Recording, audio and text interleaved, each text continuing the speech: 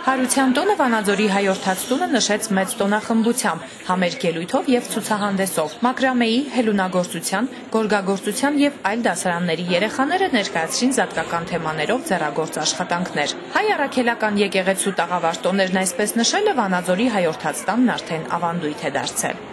Ինչպես տեսնում ենք, երեխաները ջանք ու եռանդ չեն խնայել, յուրաքանչյուրը իր պրոֆիլով, նպատակաուղղվածությամբ տոնելու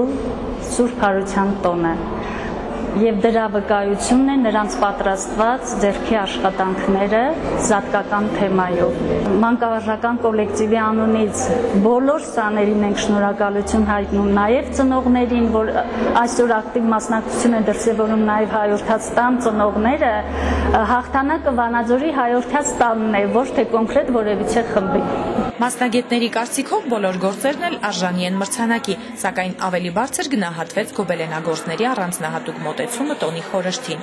Հաղթող ճանաչվեց Գոբելենի դասարանը, որն առաջին անգամ էր մասնակցում մրցույթին։ Կարելի ասել, որ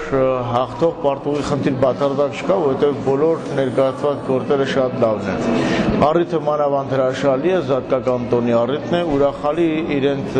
մեծագույն սրտի ուրախությամբ, այդ ուրախալի առիթով բերել են հրաշալի նմուշներ, ամեն մեկը կարողացել է լրջագույնս մոտենալ այդ հարցին, հնարավոր բոլոր միջոցները դնելով փաստորեն ի ցույց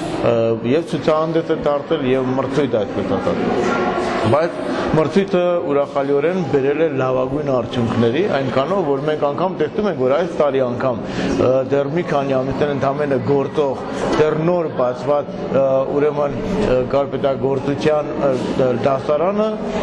բավականին հաջողված եւ բավականին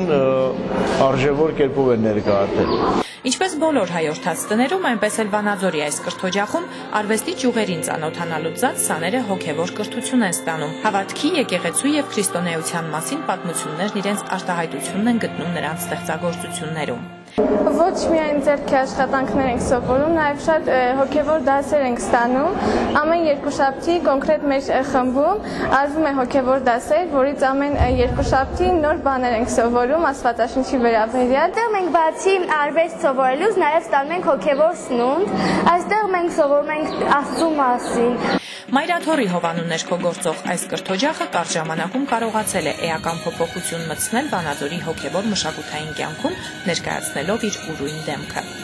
Մարիամ Սահակյան, Լիլիթ Յոլչյան, Միք հեռուստաընկերություն։